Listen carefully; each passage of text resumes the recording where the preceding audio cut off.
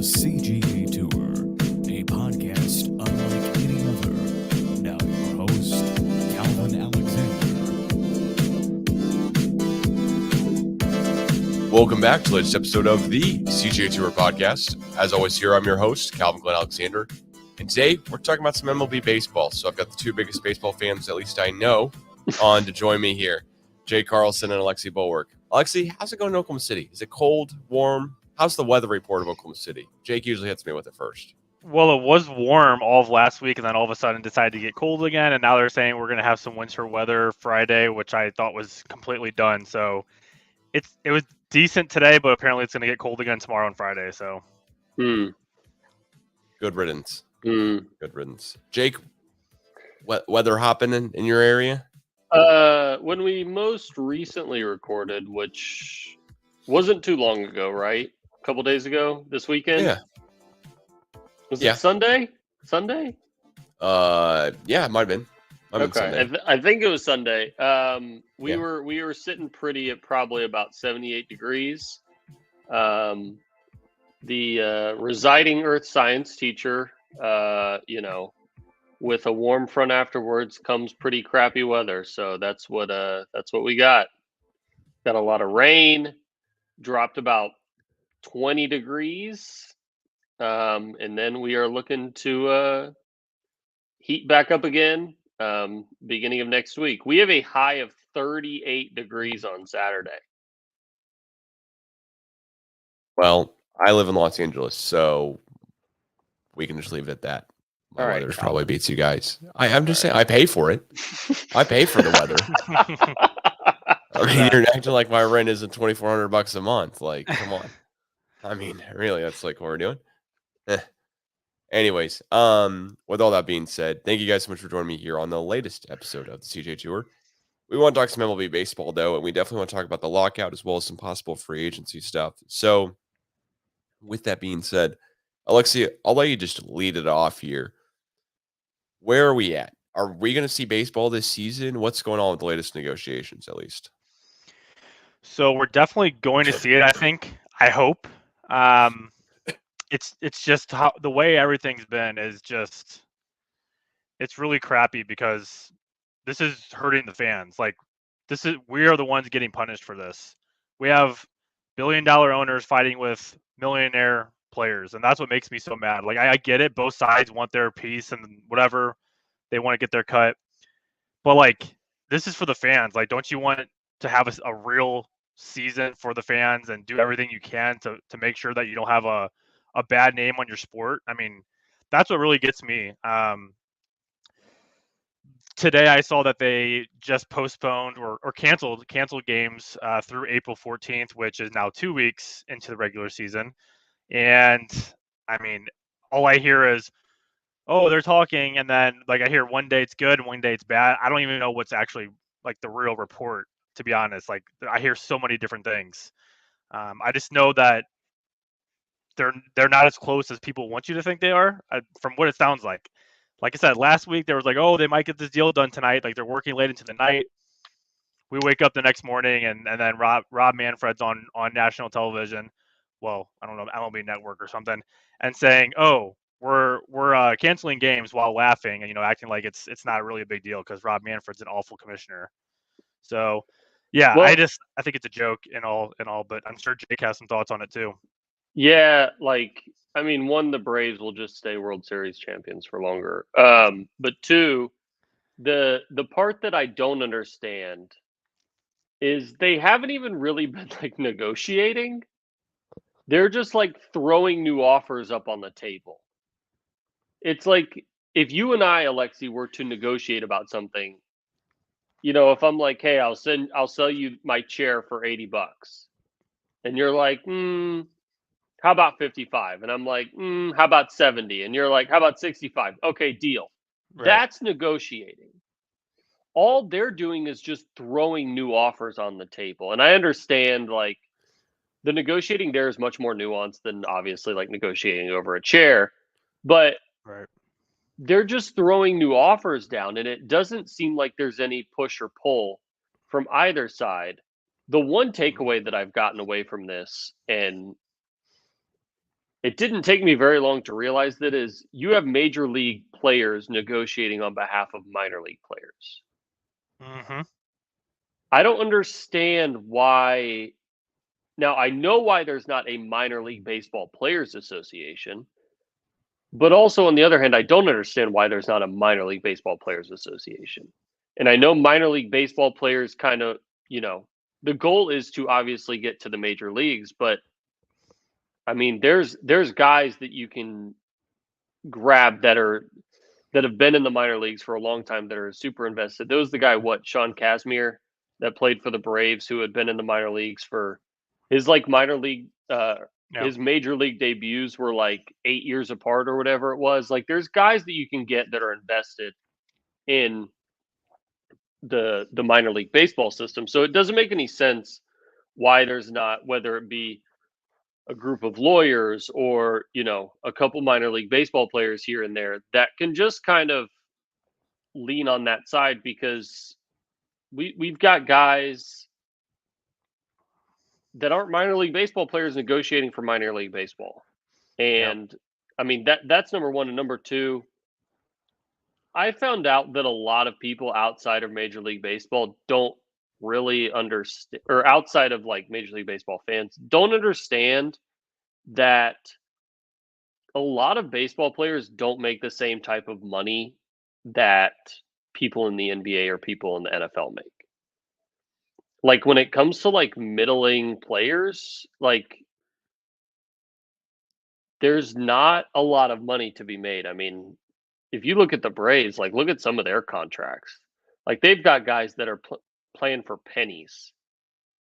Ozzy Albies, if he played in the NBA, he'd be making $35 million a year. But instead, he's making $6 million. So, there's obviously that's a lot, but in comparison, it's not. So, I have seen the argument, and I don't disagree with you, Alexi, the millionaires versus billionaires thing, but there are a lot of guys that are they're making $500,000.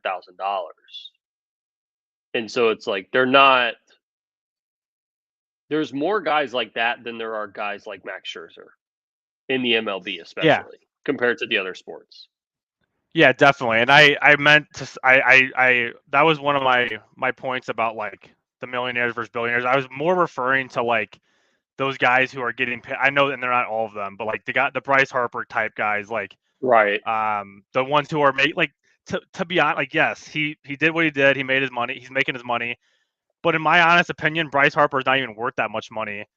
I don't know. There's some guys out there who I think get way overpaid. But yeah, for sure. If we're talking about getting guys, the right amount, not the super league minimum or whatever it is, and then of course how they manipulate the service time. How they will keep a guy down for a certain amount of time because they want that extra year of control or whatever.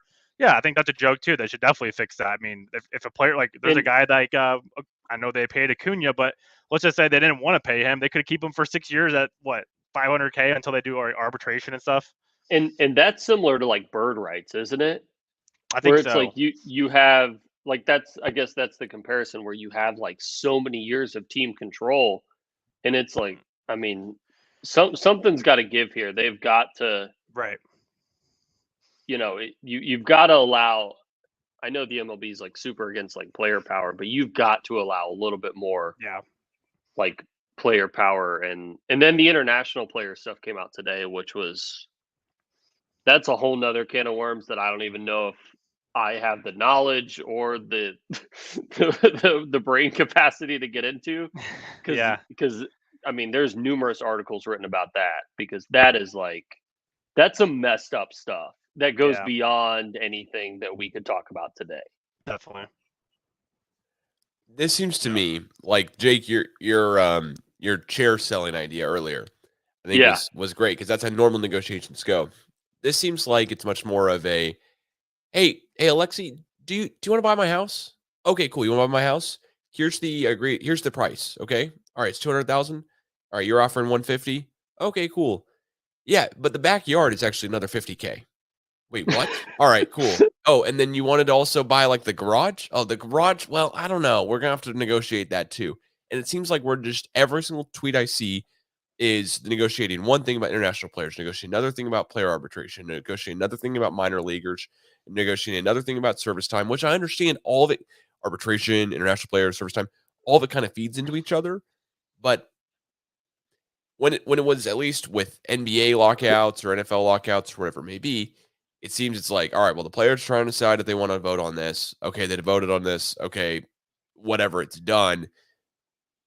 I wish MLB got more coverage because I don't understand all what's going on. And the amount of times that I watch ESPN, which is almost every single day, I maybe am one of the last people that I know who watches ESPN all the time, every time.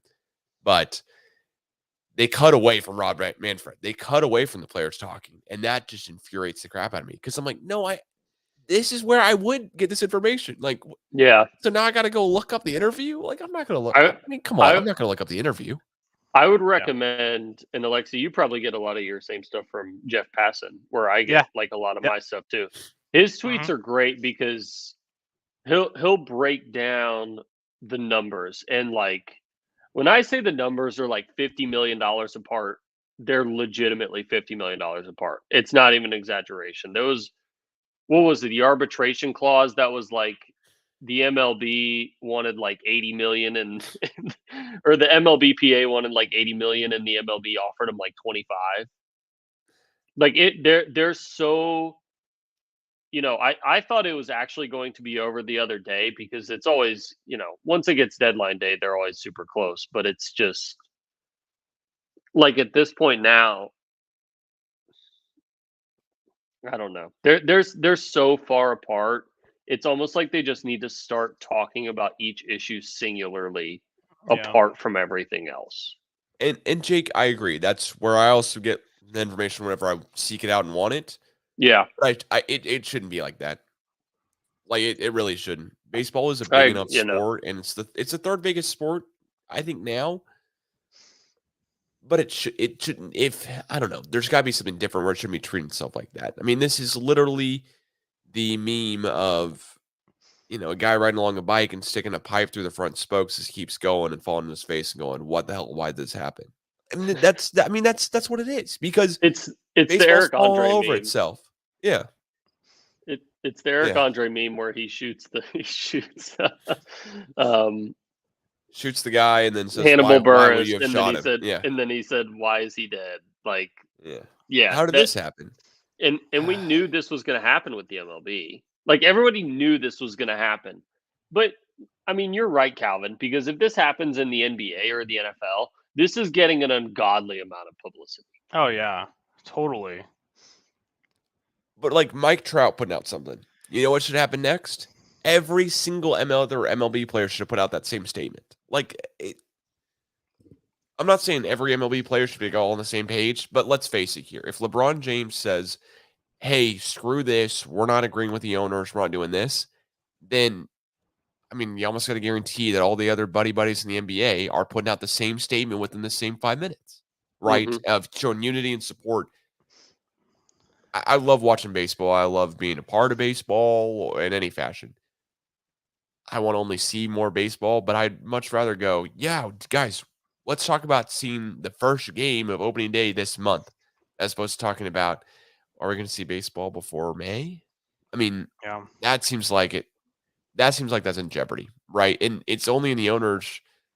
I think they'd only go, yeah, whatever. We'll miss a couple more games because of the way the revenue contracts are built out from all of the local regional networks. They also only get paid for like 140 to 150 games every season anyways from the local networks. So they don't care about missing 10 to 15 games because they weren't going to get paid for those anyways. Right? Yeah, I mean, we're roughly somewhere in that 9 to 12 range of missed games, right? So they can afford about that much, they can afford a couple more series, which that's probably, but I think the problem I have with it all is like the guys can't even talk to each other. Like Brian Snitker, for example, can't call Freddie Freeman. Why? That's stupid. Because Freddie Freeman, and Alexi, correct me if I'm wrong, Brian Snitker is employed by the Braves.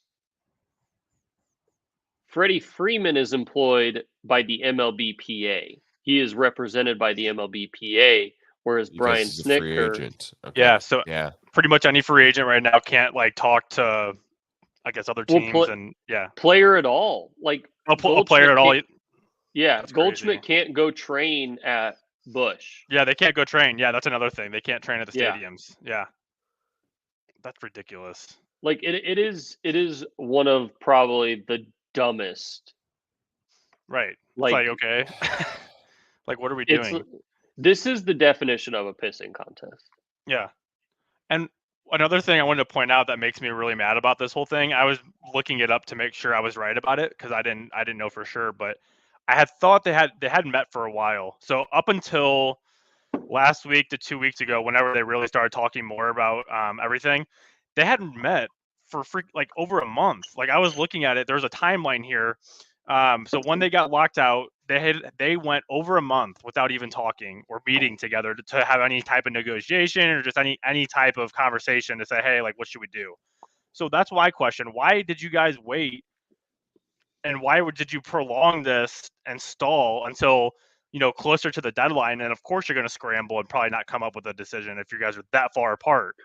So that's another question I have. Why did you guys wait that long to start even talking about all this? I mean, do you think that's got to be on the owners, right?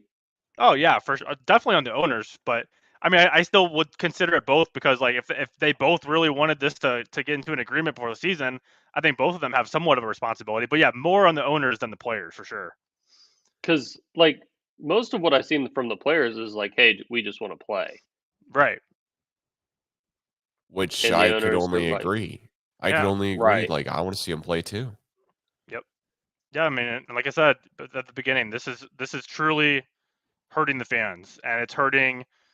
There's gonna be like the diehard fans will still watch no matter what. Like I'm gonna still watch baseball. I love baseball, but like there's gonna be some fans out there who don't care as much, and they're just gonna be like yeah, like baseball, whatever, who cares? And they're gonna lose those kind of fans. Like I don't know. There's just they need to get it figured out for sure. I mean, this is getting pretty ridiculous. Well, and I think the most ironic thing is like when in the other lockouts, like for the NBA and NFL, it's all about money. Yeah. But it's about money to the big players. When this MLB lockout is about helping not the Bryce Harpers, not the Mike Trouts, not the Scherzers, like it's about fixing arbitration and having some sort of like a no tanking like price seal or price floor, like it's all about like having these things that are like super complex, but also not just like, hey, we want more money. It's like, hey, we want our guys to be vouched for and we want to have our guys back. But I mean, it's pretty indicative of where the owners stand on this. Well, let me ask you guys this question because I think this is the one thing that separates MLB from every other league that I know of, and it's the salary cap. Yeah. Once a salary cap's put in place, which of course the players would not want for good reasons, right? That way their salary is not capped. I mean, literally. Now, I think it would, make all of the fairness stuff work out. There are harsher penalties now for going over a certain threshold now in the MLB, so there is kind of a salary cap, but not really necessarily. But all being said, are either of you in favor for a salary cap if it brings up less stuff like this where we're seeing an MLB lockout? It seems like, granted, there hasn't been like a stoppage, I think, in like, 20 years where it's been like this, but it seems like seems like I'm always hearing about the MLB has a deal with the owners and back and forth, and we know this is coming or whatever. I mean, the 60-game season during COVID, well, that sucked when every other team basically basically every other league, NBA and NFL played whole seasons, more or less. NBA shortened it 10 games, still played the full entire, bubble the season before, started a little bit later, etc. Coming back to it, are you guys in favor of a salary cap or not? If it means there's less of this type of stuff, more baseball being played. I'll let you take this one first, Alexi. I have my answer, but Yeah, I want to hear it. I haven't really thought too much about this honestly, but I mean, I feel like there does have to be some type of salary cap. Just the way some of these teams, I don't know. There's got to be something. And especially if it means we don't have these issues in the future, of course. Like if we can prevent anything like this happening, like every couple of years or whatever, then yeah, definitely. But yeah, I haven't really thought about it too much. I think if I thought about it more, I could give you a better answer than this. But I think if I had to pick, yes, let's get a salary cap, or no, keep it how it is. I think I would say go for the salary cap. I mean, I think it would only be better for the sport, to be honest, in my opinion. I think there should. I don't know if there should be a salary cap, but I think there should be a salary floor. I think there should be a minimum of the salary, and I pulled up the payroll just so we can kind of get a reference. So, number one, anybody want to take a guess at who was number one on the payroll? Dodgers. The Dodgers. Yay. Dodgers, of course. Gold star, Calvin. Does Let me anybody guess. want to take who was last on the payroll? Nice. It wasn't Pittsburgh, Rays. was it? Rays. No. Hold It on, wasn't I'm gonna try to Orioles. Baltimore. Yes. All right. So there you go. Really pump up the volume there on that one. Sorry. Yeah. Make sure everyone knows. All right. So Baltimore spent $42 million this year on their salary cap. The Dodgers spent $266 million on their salary cap. So this to me means, would you rather have one season of Patrick Mahomes, just Patrick Mahomes, or a 40-man roster for the Orioles? Your choice. Right. And so, like, when you put it in context, the league average was 132. Okay, the league average. The one team below that was the White Sox at 140, and the one team below that was the Reds at 125. Your World Series champion Atlanta Braves were at 153 when the year ended. So they were only $20 million over the salary cap, but they were also $110 million less than the Dodgers, whom they beat. They were also $40 million less than the Astros. Are you looking at 2021? Yeah, I'm looking at 2021. Okay, cool. So I think I have that up too. Okay. I say all this to say there probably aren't very many sports where you would see a $200+ million discrepancy between the first team and the last team in salary cap. Yeah. Or in their because payroll. there is a salary cap in other leagues, though. Correct. I mean, that's right. There's a salary threshold in the MLB. Right. I'm all for a salary floor, right? Right. And I don't know if, I personally think that, the team that made the playoffs with the lowest salary cap was the Rays, and they were at 70 million. I think 70 million is still too low. I think Definitely. you should probably be hovering at close to 90 to 100 million. Yep. So the Brewers were at 99 million. 99, yeah. Yep. So I think you could be hovering around that and still be competent if you want or not. But I just think and the main reason that I say that is because, one, if you make the salary floor, it'll fix the arbitration problem. Then you won't have to worry about paying people because then it won't really matter. It won't matter that you have to keep a guy in the minors paying him $500,000 or whatever. Yeah. Also, you won't be able just to cop into these first overall picks like people do all the time. So I personally think the salary floor is the best idea, probably of just $100 million. I don't think there's a reason to make anybody pay, upwards of the league average. You could even sit at 80, to be honest, and I think it'd be fine. Yeah, and looking at this, and I've had this problem in the past. It really bugs me how a team who can just like, and I get it. There's years and times you have to rebuild, but just the way Right. these teams are rebuilding nowadays, it's crazy. Like, look at that. Baltimore doesn't spend anything, so they're just throwing trash on the field, and people have to go watch that for 5 years Yeah. plus. And if they may not even be good after that 5 years, still, they still might suck. I don't know. My thing is, it would force them to pay guys that deserve to be paid. Yeah, exactly. Like Cedric Mullins deserves a contract. Oh, for sure. He was an amazing, incredible year last year for what he did and what they paid him. Gosh. Adley Rutschman probably deserves a contract. And the reason they haven't brought him up yet is because of the arbitration rule. Of course. And then, I mean, all the Pirates guys, same All the thing. Pirates guys, yep. Same thing. Same reason the Indians didn't pay Lindor. You know what? I'm actually looking at a team on here. I was like, who's a guy who's young and should get paid? But then I realized that he did assign him to a deal. Wander Franco, they gave him a contract. I was like, I'm actually pretty surprised the Rays did that because they never do that kind of thing.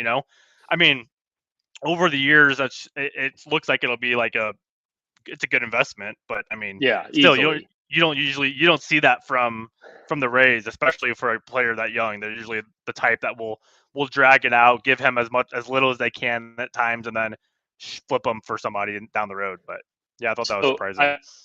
I also saw that there was a report that came out that the Rays also offered Freddie Freeman. Oh, really? Which I didn't see that. If the Rays start paying people, something's changing. Yeah, no doubt. So now, if Freddie Freeman were to leave, it would be very easy for me to buy a Tampa Bay jersey or a Toronto jersey or whatever, because the rumor is that if Freddie decides to leave, then we're just going to trade for Matt Olson and call it a day. Oh, okay.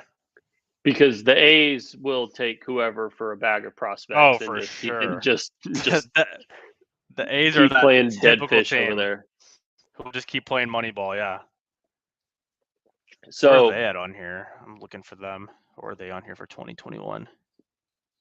23 at $90 million. Okay. That's actually more than I thought they were at. Okay. Yeah. So that's another, I mean. Well, they want to ship Matt Chapman too, don't they? Isn't he the guy they're rumoring to trade? Yeah, and I'm sure Chris Bassett is also probably. Pretty much anyone who's like had a good couple of years for them is at this point gonna get traded. Olson, Chapman, Starling Marte is no longer there. He's on the Mets now. I just saw that. I was like, oh my god, I forgot about that. Yeah. Can't wait for the Mets. Mets are gonna sign all these guys, and then, oh my gosh, they're all gonna suck. They're gonna suck. It's gonna be fantastic. Didn't they sign Scherzer too? They signed Scherzer. They also signed Eduardo Escobar. Yep, that's right. Eduardo Escobar, Starling Marte, Scherzer. I'm looking at who else. Who's the guy that left? Stroman left. Stroman went to the Cubs. Yeah, that was I did not see that coming. I'm like looking at all these guys that sign. I'm like surprised. I'm weird. I'm not saying that the Braves are going to like change baseball, but I do think they're being able to like unpack all of it. I do think there was a method to their madness of unloading guys that weren't producing for guys that were on, like the NBA type of deal where you're buying low for a guy that is playing on a bad team, might be struggling, but is clearly capable of doing something that might be on a more expensive contract. And obviously, I'm talking about Eddie Rosario and Jorge Soler. And I mean, we paid more for Richard Rodriguez than we did for either of those two guys. We got them both for Pablo Sandoval, who the Indians cut immediately. Sandoval, I can't believe that. Yeah. And then I don't even remember what we traded for Soler, to be honest. I don't think it was anything. Nothing crazy. And if I don't remember, then it probably wasn't a big deal. But I say all that to say, one thing And Alexi, I know you'll like this one. One thing that I think is going to start to go down, people will start to gamble a little bit more on these contracts. One, starting pitchers are going to start to get paid nothing. Yeah. Oh yeah. Whole. Are they going to become the 100%. running backs of the NFL? Yep. Running backs of the MLB? Quote, quote. Absolutely. Absolutely. But they're going to be. Go ahead. Sorry. Go ahead. That Garrett Cole contract is going to look like absolutely terrible in like 2 years. Yeah. And then what you're going to see, I think, a lot more is what Scherzer just did. He got like 2 or 3 years at a huge. And Trevor Bauer, he got that huge contract. So I think you're going to see a lot of those small year deals with like big per year, whatever you call it. I think they say AAV or something. Yeah. Yeah. I think you're for sure going to see that. Just the way the game's changed, and I mean the risk of giving out a contract that big to a starting pitcher. I mean, yeah, it's definitely going to change. That's for sure. And like I say that because we rolled out a guy that like most people don't know who it is in Game 5 of the World Series. Yep. And he dominated. Yep. Like he's not even on our roster right now. Yeah, he's not on our roster. And I don't think it was Game 5. I don't remember what game it was, but it's crazy. You can like I mean, there's guys, man, over the years of the Cardinals making the playoffs. I can remember some total bums who just went off in the playoffs, or like at the end of the season, and they weren't even supposed to do what they did, and they're like, just totally. I feel like looking back at that, you start to see all these other guys like you just made your example with the Braves in the World Series. Like the Braves didn't have the strongest rotation. Like no, not at all. We had two starting pitchers. Compared to the Brewers, that first series, like obviously the Brewers had the edge at pitching, and and the Braves won. And then they played the Dodgers. Obviously the Dodgers had the edge.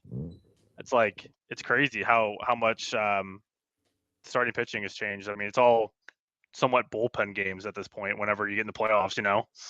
Yeah, it's going to be I don't know, the way that things change is going to be very interesting. It was Kyle Wright. Kyle Wright came in. Kyle Wright, yeah. I mean, his MLB statistics are he's 2-8 with he's 2-8 with a 6.56 ERA over his career. Oh my gosh, yeah. And they just trot him out there in the World Series, and he crazy. just, I mean, he dominated probably the best batting lineup in the MLB, right? Maybe outside the Dodgers. Definitely. By the way, so no, go ahead. Finish your thoughts. I was done. I have to say, I pulled this up because I had to see it. So, the Jorge Soler trade was for Casey Kalish, who was a right-handed pitcher, and he was assigned to the minors right away. So I couldn't tell you who the heck that guy was, but automatically that helped the Braves tremendously. Yeah, he hit the home run that I will remember for the rest of my life. Let's just say that. Yeah, he was incredible for the Braves. I mean, he went there and tore it up. Like he was hitting bombs. Like I was, but this is the thing. He was capable of doing that. Oh yeah, he had the potential. So, I don't know. I mean, it's going to affect free agency. That's kind of where I'm at with it. When a guy like that, like you made a good point earlier, when a guy's on a crappy team, yeah, he'll go out there and he's obviously going to play. It's baseball. Like he's not going to not play. But when you get traded to a team who actually has a legit chance to win it all, like that changes your whole mindset. Like, yeah, that's why I think that was such a steal for the Braves because they traded a guy who they're probably like, yeah, this guy's probably nothing. Let's trade for Soler. He's got pop, and who knows, maybe a change of scenery changes him, and it did. He totally took off from there. Yeah.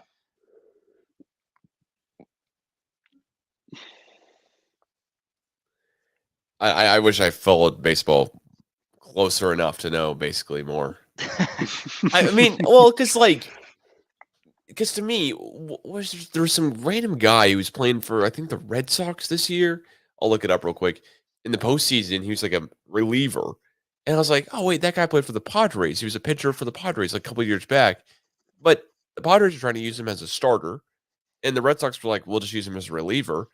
I think he's getting paid the same amount of money either way. And he was just way more effective just coming in for an inning or two because basically you didn't have to face the lineup twice. He's facing the lineup once and then, Yeah. basically getting switched out. Which, if you're treating pitchers like running backs, you can. Yeah. There's no more not a lot of 1 through 4 down running backs anymore. And at the same point, we're going to see a lot of just not the Max Scherzers and Max Scherzers of the world just kind of gone, basically. And Scherzer's just got a name I'm just throwing out because it's just top of mind here. But, basically, are we just going to see a bunch of guys just only playing 3 to 4 innings every single outing, but they're not having 5 days off either to rest. Yeah, I think starters are going to start to hit probably 6 innings, and then 7th, 8th, and 9th will be all who has the lefty, righty arm advantage. And I think that's all it's going to be. We'll go back to our, you'll have your 7th inning guy like the Braves did. You'll have your setup man and you'll have your closer. And then come playoffs, you'll have like 8 relievers who start the game. You'll have a guy start a bullpen game, pitch 1 inning, and then the next guy comes in, pitches 2 or 3, and then you just continue on. Yeah, I mean, and it just throws you off your game. Yep. That's the strategy behind it, and just a 7-game make or break series. Like, we'll throw whoever, whether you've seen them or not. I don't care. Yeah.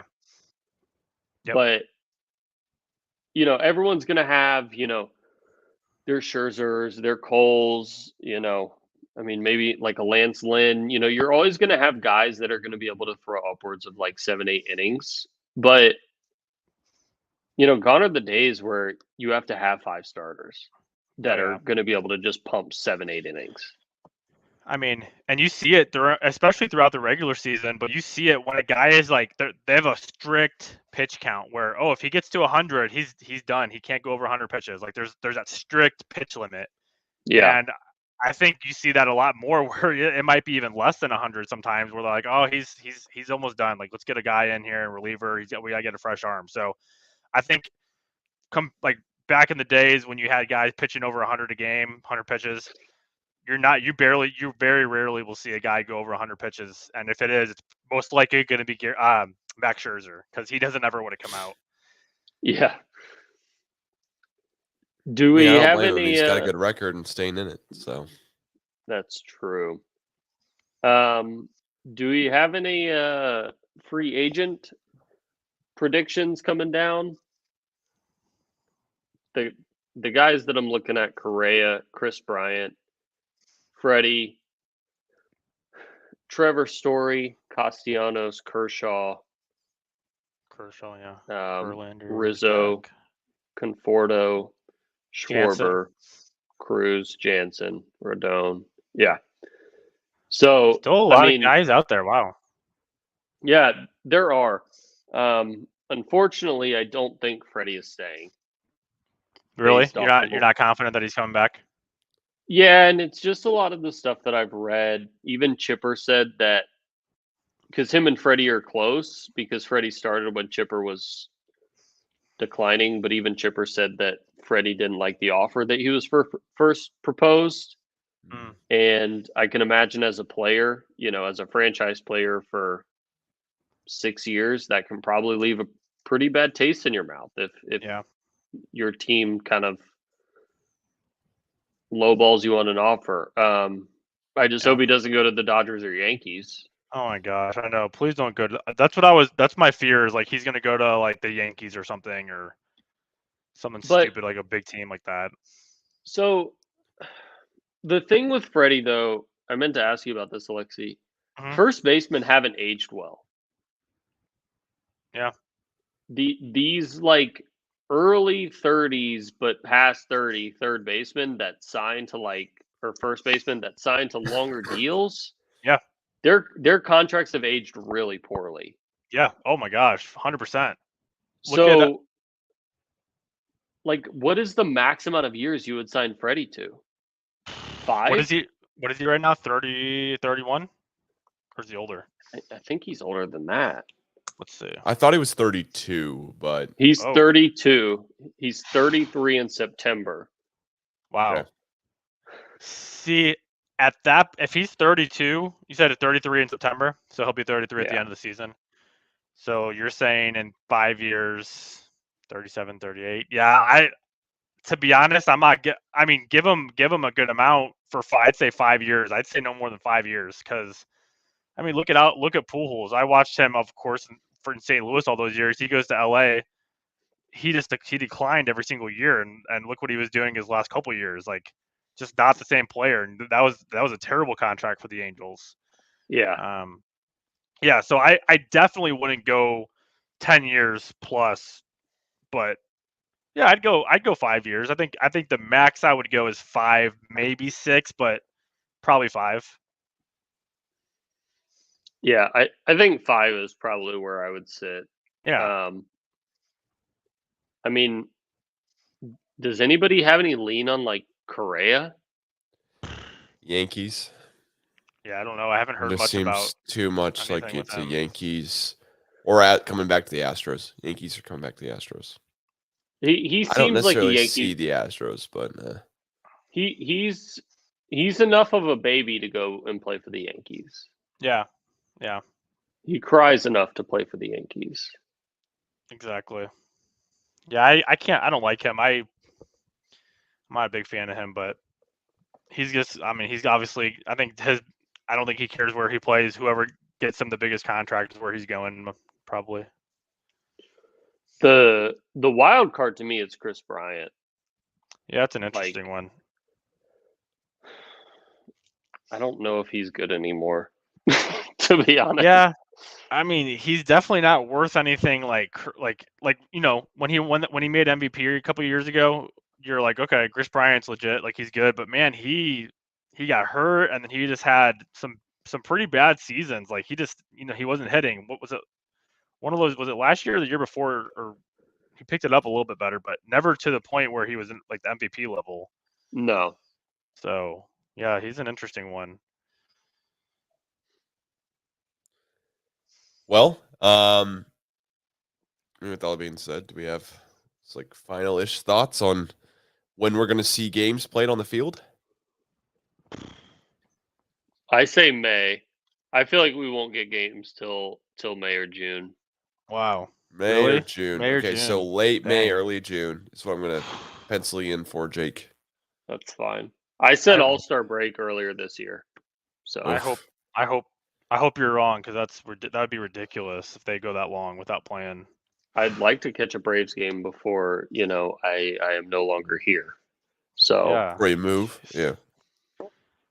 Yeah, I don't know. I'm just going to be optimistic and say before May, but the way it's looking, I don't think it's anywhere close to that. But if I had to say, just because I want to be optimistic, I'd say before May. Just gonna hope that they come with some deal and figure it out, but who knows? Yeah, I think you guys have all the timelines correct. I don't know as much as you do in this field, so to say, but yeah, I think I'm going to say, yeah, it's got to be all right, it's going to be May. I quoted Justin Timberlake there, but it's fine. It's going to be May. I don't know. Yeah, thanks. I was trying real hard to get somebody to laugh, and Jake chuckled, so I'll take that as a win. Jake chuckled. laugh. He was politely good. chuckled. Yeah. After you said it, I was like, okay, that's good. I was like, oh, I have to. Yeah, we're not all huge NSYNC fans, so I just had to let everyone know. Yeah. I'm not an NSYNC fan in any way. I've never heard any songs by them. Mm-hmm. Everyone should watch the podcast episodes on YouTube, because then you can see how sarcastic I am. That's really you listen to it once, you hear the great audio clips, whatever, and then you listen to it again, but over YouTube where you can see how sarcastic all of us are. It's a great deal. I'm Well, not sarcastic. Never. You've never been sarcastic ever in your entire life under any circumstance. Not me. Nope. Not you, Jake. Not you. You're too good to be sarcastic. I don't know if I'd go that far. All right. Well, there was a genuine laugh. Alexi, thanks so much for joining here on the latest episode of the CGA Tour Podcast. Jake, sir. thank you as also for joining us here as well. Please follow at the CGA Tour on Twitter and Instagram for more. If you haven't already, please subscribe on YouTube as well, and we'll catch you guys again soon. Peace. Later.